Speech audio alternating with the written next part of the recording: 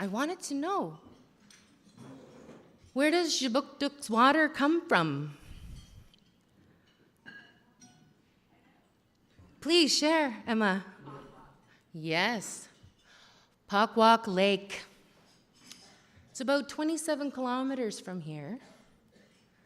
It comes from a beautiful lake. Tomorrow, I want to go drive around it to see if there's anybody messing with it. And make sure that it's still okay and clean and pristine, because you all deserve it. You all deserve clean water. We all do. We need it. Our fish need it. Everything in that water needs to be clean water. So in this moment, I want us to acknowledge this body of water that our water has come from. I actually intentionally asked if our water was coming from the watershed, and it is. So we've been drinking Pakwak Lake tonight.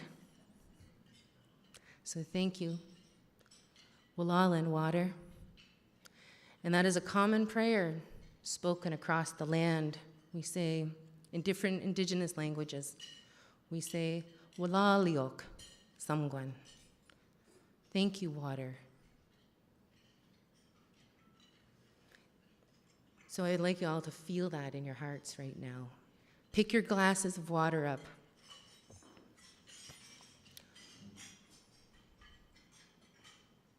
Think of where it's come from, like less than 30 kilometers away from a lake. We say, Walaliok Samgwan. Thank you, water. So thank your water.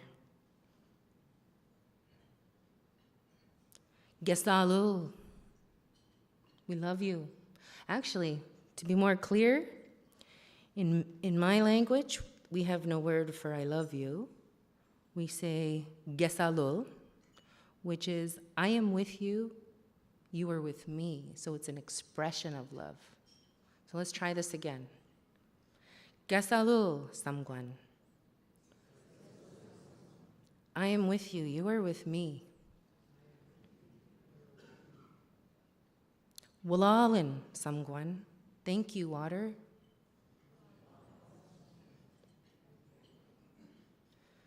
Gegmi de manej. We respect you. You don't need to say what I said in Mi'kmaq. It's the long one. But we respect you. Very simple, very intentional, and very real. It's spoken in all indigenous languages that we love you, we thank you, we respect you. Simple. Now, if we can take that intention every time we use our water, we will heal too. The water will take care of us. The water will love us. And the water will show us that respect. So we want to talk about the importance of water this evening. I think we need to really acknowledge some simplicity around water and the honest truth and purity of our water. A lot of our watersheds are in danger. They're being disrespected and not treated as life. And water is life. That was where we first were held, was in water. Don't forget where you were first held, in the water. And that gush came from your mother, helped bring you into this world. Teachings from our late Josephine Mandaman, the water walker, which I have to acknowledge because she's taught me and taught many, many, many, many of us in her time here on earth. She walked thousands of kilometers along bodies of water, including all of the Great Lakes. And she did ceremony. And she said those prayers. She taught us the simplicity of how to honor water. So it's not made to be complicated. It's made to be simple and filled with love and intention. And so I would like us all to drink some water.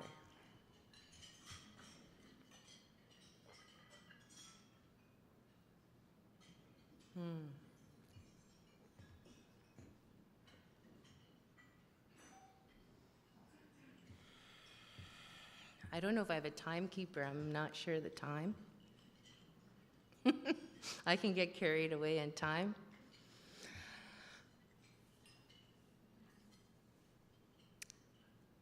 The water, did it taste better?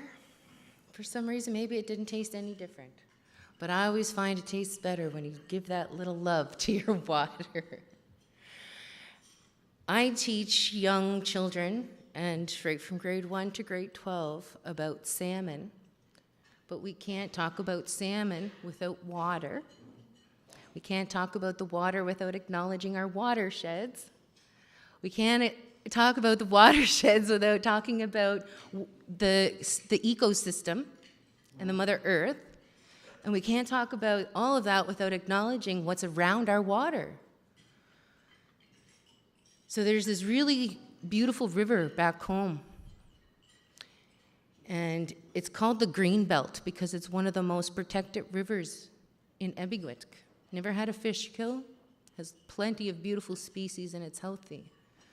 And I feel it's because we don't allow development within 500 feet on either side of that embankment. No farming, no housing, nothing.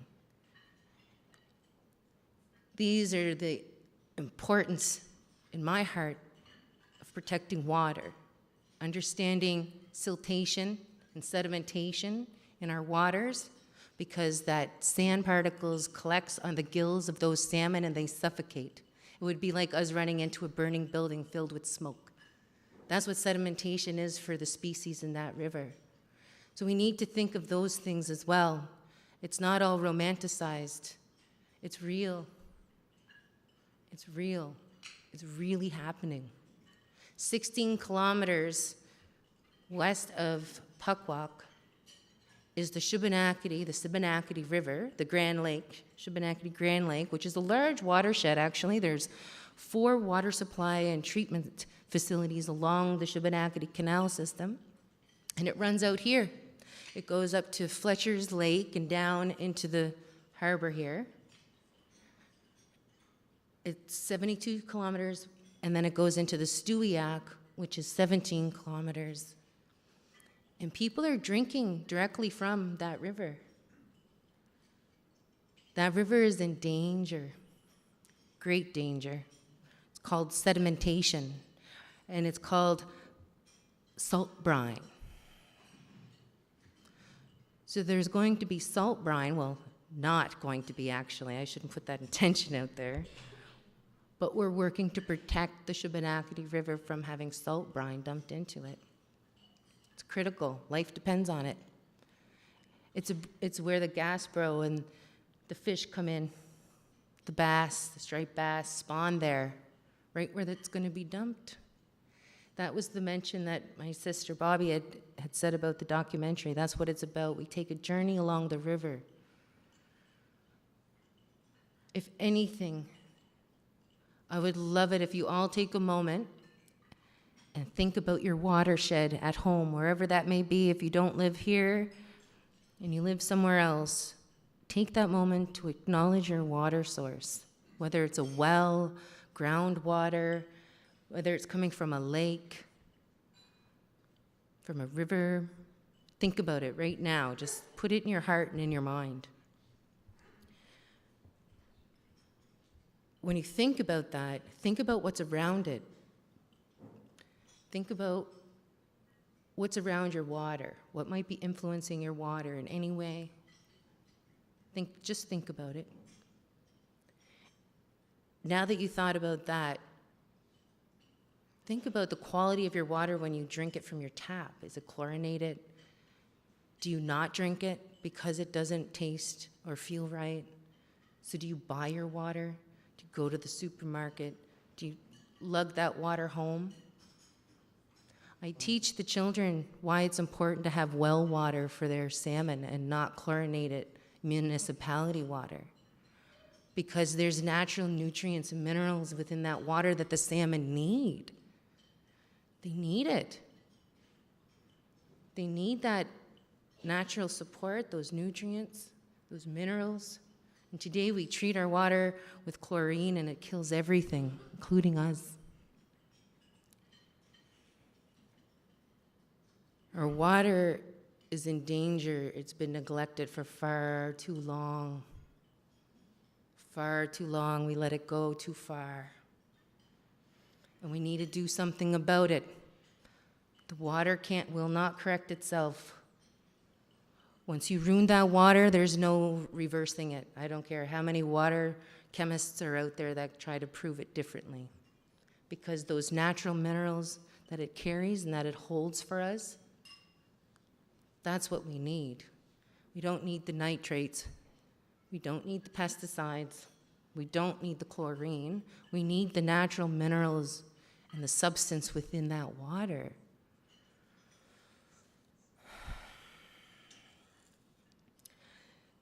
So I'm teaching these beautiful school children about the salmon, and they're raising them from an egg to a fry, and then we're releasing them back into the rivers chosen by the province.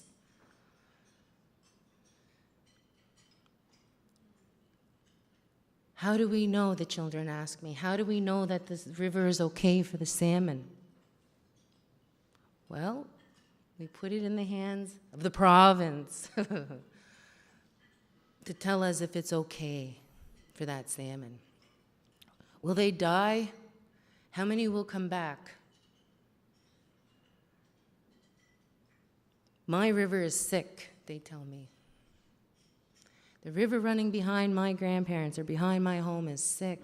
It has that red stuff, that stuff you say sedimentation. There's no fish there. My dad takes me there all the time and we never catch a fish. Then I talk to the elders in my community and they say, no, I'll leave the fish in the river because it's not healthy to eat anymore. I don't trust the meat. I don't trust the fish. The mercury levels are too high. In the 70s, so many people were tested with high mercury levels, including my uncle, my aunties, my mom, my relatives. We used to have over 100 rivers with big salmon. And now we went down in the late 60s and early 70s to 4 in PEI. Today, we have a little under 24 rivers. It's increasing, but we're stocking them now. We're now raising the fish to release them back into the river to try to maintain the species. The salmon is endangered, and it's the only species that has an international treaty of protection. But what are we doing, in all honesty, to sustain those species? I feel that I would love it if you could all walk away this evening feeling responsible for your water. Do your homework, please. Learn about your watershed. Advocate for it. And don't let me, an inherent Indigenous treaty woman, put my life on the front line for your water. Don't let me do it alone. I'm going to do it with or without you, but please don't let us do it alone. Our grandmothers, they got arrested. They got arrested because there was an injunction placed on them for wanting to protect their water. Your water, our water. Now they're fighting in the courts. A long, dragged out process. We know how it goes. We need to do this together, and that's the biggest lesson that the water will teach us all, is that the water brings us together. And that's something to be celebrated, because when you mess with our water, you mess with our lives. And that will wake us up, and we'll all come together, and we're all going to protect our water. We're all going to fight for it. We're all going to know more about it. And we're going to teach our children and our grandchildren and our great-grandchildren about their water. That's what life is about. That's what our water teaches us. From the time you're born, as an Indigenous woman, you're taught to be a water protector. It's the youngest girl in your family, the youngest child, female child in your family, that is your water carrier. So she will bring the water into ceremony, she will carry the water out of ceremony, and she will bring that water back to its natural state. We always, since we're little, we're given the responsibility of water. How to pray with our water, bring our water back to our families to drink. So our whole life, we talk to the water. We're told to speak to the water. The water will record what we're saying. It's a record keeper. And the water is a truth teller. It will never lie. Never, ever, ever lie to you. The water will never lie to you.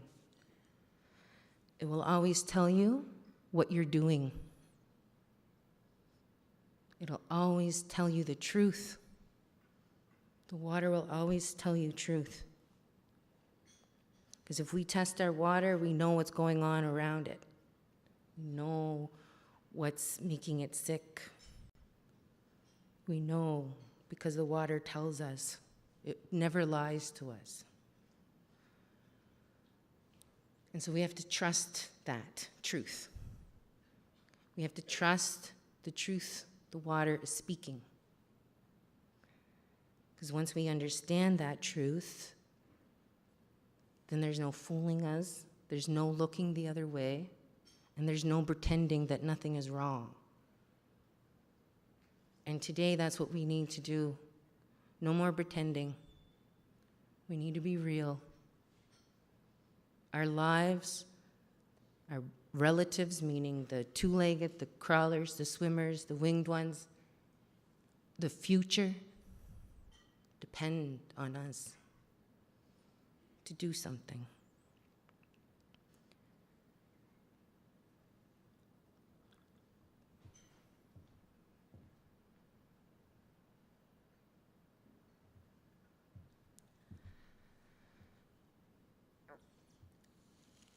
Water is all connected. So what happens to the Sibonacady River is going to happen here.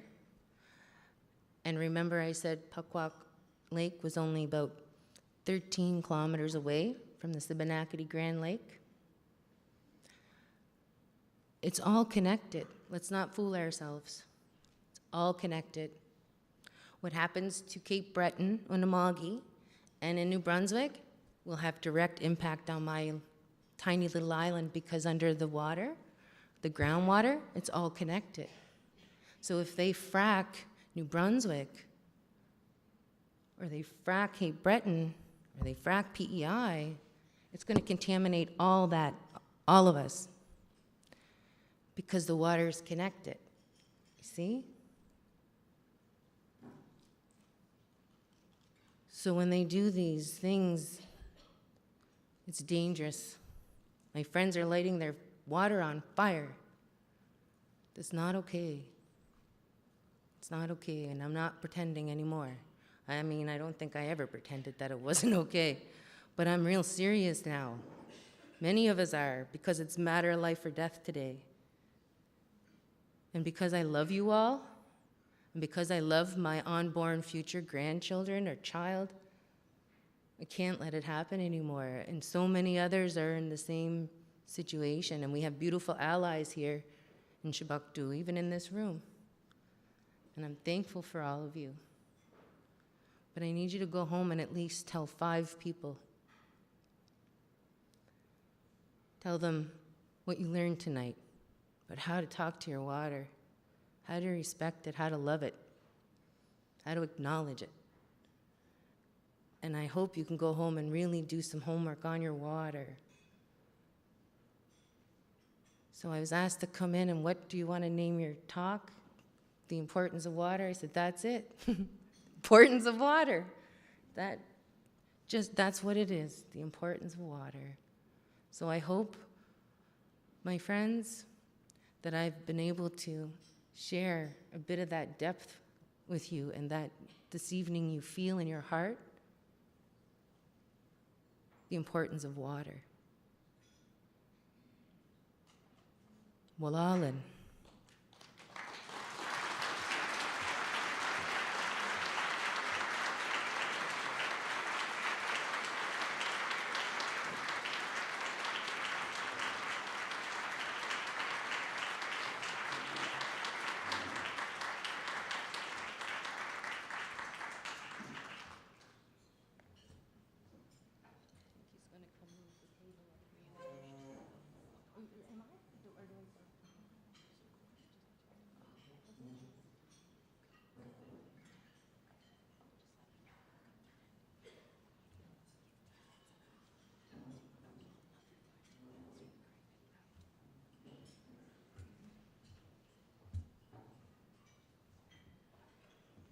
Said I got another 5 minutes. I thought I was really over my time. I just want to acknowledge this. I've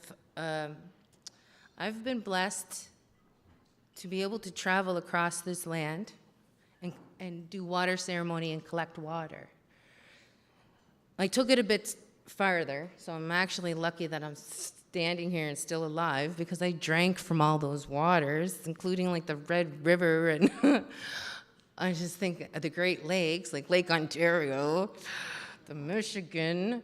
I did use a very high filterized system. I didn't drink it pure like this. But I wanted to be able to speak for the water. I wanted it to tell me what's wrong with it, if there's something wrong with it, because I tell you, I drank from some pretty phenomenal, pristine water as well, so I know the difference between sick water and healthy water. So I'm going to add your water into my bundle. So I have 36. I have a little over 100 vials of water that I've collected from across this country, from the east to the west. And I bring it out during big water ceremonies. And the water speaks about everything in those areas, including the beautiful friends I've made along those journeys. And I urge you to give this a little try when you have a chance at home, is take your water and write your love to your water. It really does make a difference. Now, I've taken water from unhealthy places, and I've also taken water from very healthy places. And the more that we bring out the unhealthy water into our ceremony, it doesn't make it healthier, but it becomes clearer over time with good love and intention. And I'd like you to try that. I think this has been tested. I guess there's like a lot of videos out in that too about if you put negative words and positive words in your water will start to change its appearance. And to me, that is true. And I think that it's important that we acknowledge good energy to our water at all times, because it's now in our bodies. We're made of water. We are made of the earth and we are made of the water. And those are the really important things that you're taught from a child, that we have the same minerals that the earth has, that we have the same amount of water that the earth has. And we have the ability to heal each other and heal ourselves. And a lot of that comes from that greater depth of knowing spirit. And there is spirit in water. And if you can acknowledge the water as a life, living, just like your neighbor sitting beside you, or your parents, or someone you really care a lot about and you wouldn't want to ever live without them, that's water. Treat it like that. Treat it like it's that precious life that you adore and could not live without. That's our water. Treat it like that. Now, I want to sing to you again, just as a closing, since I have a minute. And then I'm going to... Okay. So the song that I want to sing, it's actually the honor song, the Mi'kmaq honor song. I wasn't sure if I was going to sing this tonight, but I feel that I need to do this. I need to sing the honor song and honor your water in you and around you. And with the honor song, I just ask if everyone could stand.